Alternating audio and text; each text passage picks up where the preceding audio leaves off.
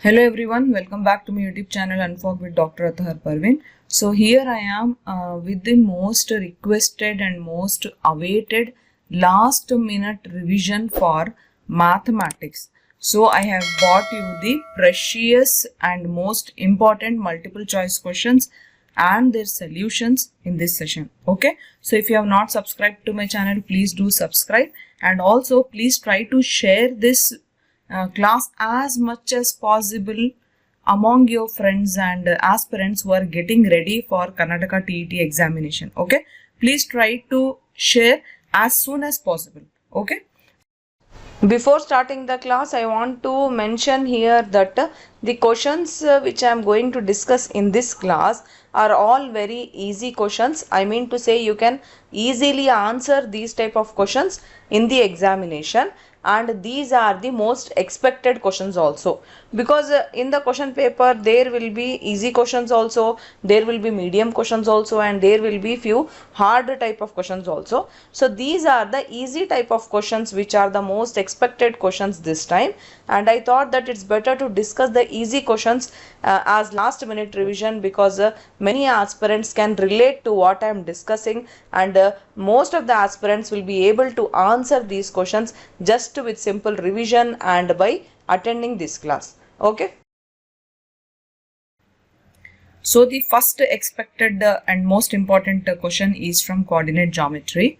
The question is, if the coordinates of a point are -3, 4, then it lies in. So four options they are given are first, second, third and fourth quadrant. So imagine a x and y axis graph, and you can see where this -3, 4 lies. It lies in second quadrant. Okay, so option B will be the correct answer. Okay, so I don't say that exactly this question will only come with -3, 4. I am trying to make you understand what type of questions will come. Okay, so this type of question will come, not exactly this question. So some question related to coordinate geometry in a simple manner like this will come. Okay, so you should understand what is first quadrant, second quadrant, third and fourth quadrant. You should also know how to plot the graph in order to give the correct answer to this type of question. Okay, clear, right? Next question. So the question is the volume of a cuboid with length, breadth and height as 5x, 3x square and 7x to the power 4 respectively is. So this question you can put it in the category of algebra, or you can put it in the category of geometry. Correct? Because they are talking about volume of a cuboid. For this you should know the formula for volume of a cuboid. It is a length into width into height, or length into breadth into height. That means you have to multiply all the given three terms, that is length, breadth and height. Okay, so it can be in terms of algebra, I mean to say it can be in terms of x, or it can be just number also, you never know. Okay, so what you have to do here, you have to multiply 5x, 3x square and 7x to the power 4. If you do it mentally, you will understand that you will get x to the power 7. See, x to the power 1 into x to the power 2 into x to the power 4. What you do to multiply this x with the different powers? You have to add up the powers with same variable, correct? So 1 plus 2 plus 4 will give you 7. See in which option you have x to the power 7. It is in option A. By chance, if you have options, other options are also there where you are having x to the power 7, at that time what you do? You have to multiply 5 into 3 into 7. 5 3s are 15, 15 7s are 105.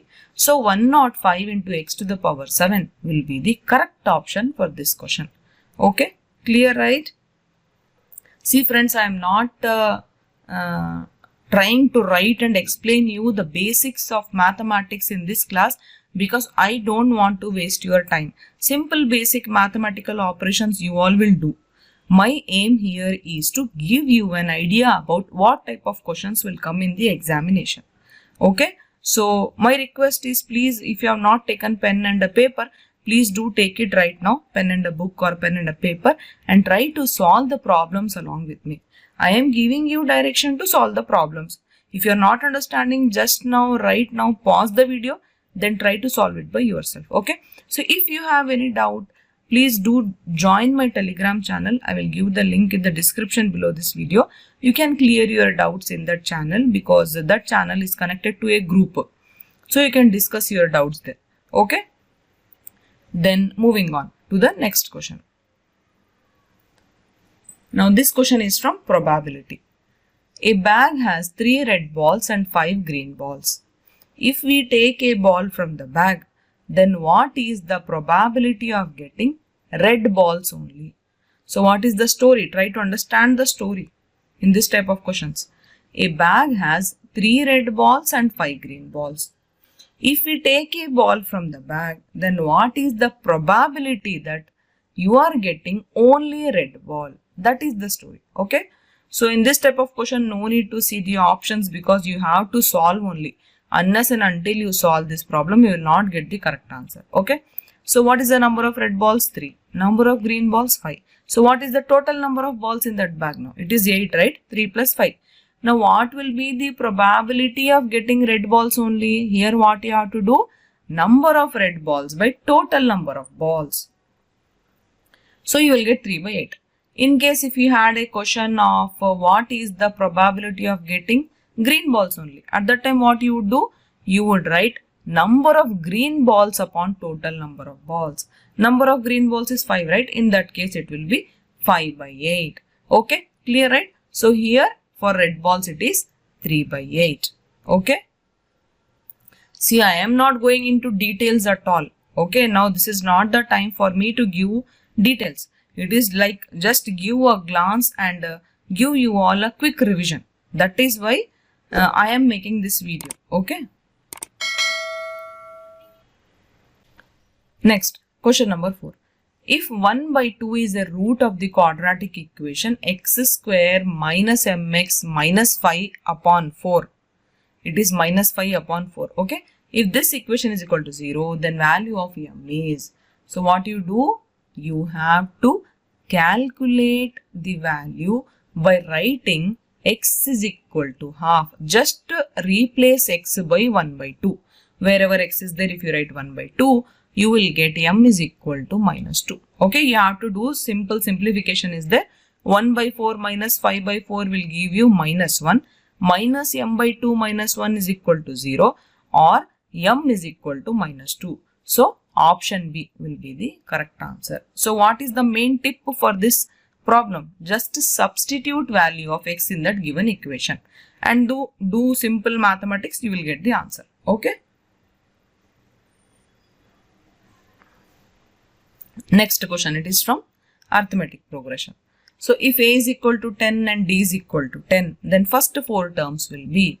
So they have given you first term, they have given you common difference. They are asking you to find the first 4 terms. So you should be knowing the formula for that. What is the formula for that?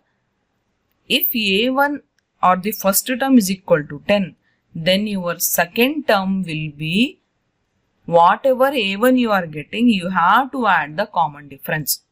Again your third term will be whatever your a2 you are getting, again you have to add the common difference and so on. So they are talking for 4 terms, first 4 terms. That's why I will add a common difference for each term. By finding a1, I will add d to it. By finding a2 again, after adding d, I will find again a3. Again once I get value of a3, I will add d to a3 to get a4. So that will be my a1, a2, a3 and a4. Okay. So here in this case, I have 10, 20, 30, 40. First 4 terms, right? So 10, 20, 30, 40. Okay, clear, right? This is the correct answer here. Next, question number 6. Area of an equilateral triangle with side length A is equal to. So they are asking you direct formula. You should be knowing that area of a equilateral triangle is square root of 3 upon 4 into A square. Okay, so here this question gives you an indication that please learn all the formulae from mensuration. Okay, Please do that work, because compulsory you will get 2 to 3 questions including circles and polygons and our quadrilaterals, okay, and triangle of course. So including all this you will get 2 to 3 questions minimum. So if you have a formula list, please do go through that formula list, okay. So correct answer here is root 3 by 4 a square, okay. Next, question number 7. It is from trigonometry. So from trigonometry, at least at least two questions. Not at least two questions will come. 1 to 2 questions are guaranteed from trigonometry. So please read the trigonometry table. Till 90 degree, you should know sin, cos, tan and cosec, sec and cot. Okay. So here you should know the table. Just they have given you sin 30 plus cos 60 minus sin 60 plus cos 30. You should find the value of this entire trigonometric equation. So you should be knowing the values of sin 30, sin 60, cos 30 and cos 60.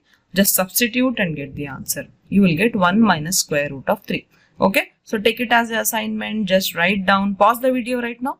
Write down and match your answer and my answer. Okay. If I have made the mistake, please do write in the comment section. Okay. And if both of our answers are matching, then you are also not wrong and I am also not wrong. Okay. So we both are going in the right direction. Okay. Clear, right? Next, question number 8. A circle has a number of tangents equal to. Very interesting question. Very important question. 0, 1, 2, infinite. So imagine a circle with tangents. You can draw as many tangents as you want because they are infinite. A circle has a infinite tangents. We can draw infinite tangents touching a circle. Okay, clear, right? Next question. If the perimeter of the circle and square are equal, then the ratio of their areas will be equal to. So this problem you have to solve only. Don't see the options. First solve it. After you get the answer, match it with the options and take the correct answer. Okay. So here what you have to do? You have to equate the perimeter of a circle to the perimeter of the square, because they are telling that the perimeter of a circle is equal to the perimeter of a square. We know that perimeter of a circle is 2 pi r. We know that perimeter of a square is 4a. Now just you have to simplify and find the value of a. Once you find the value of a, you can take the ratio, right? Because they are telling us to find the ratio of their areas. So area of square I got is a square, which is equal to pi r by 2 whole square. Because a is pi r by 2 I am getting. So a square will be pi r by 2 whole square. Area of circle I already know it is pi r square. So pi r square upon pi r by 2 whole square. Now if I try to simplify, what will happen? I will have 1 pi in the denominator. And r square will get cancelled. I will have 1 pi in the denominator and I will have 1 2 in the denominator. So this one will be the simplification and your answer will be 14 by 11 or 14:11. Okay, because here we are substituting the value of 1 pi which is remaining in the denominator. Okay, of course 2 was also in the denominator of the denominator. That's why the 2 was already having square. That became 4 and it went into the numerator. Okay, clear, right? Next question. It is from statistics. The mode and mean is given by 7 and 8 respectively. Then the median is.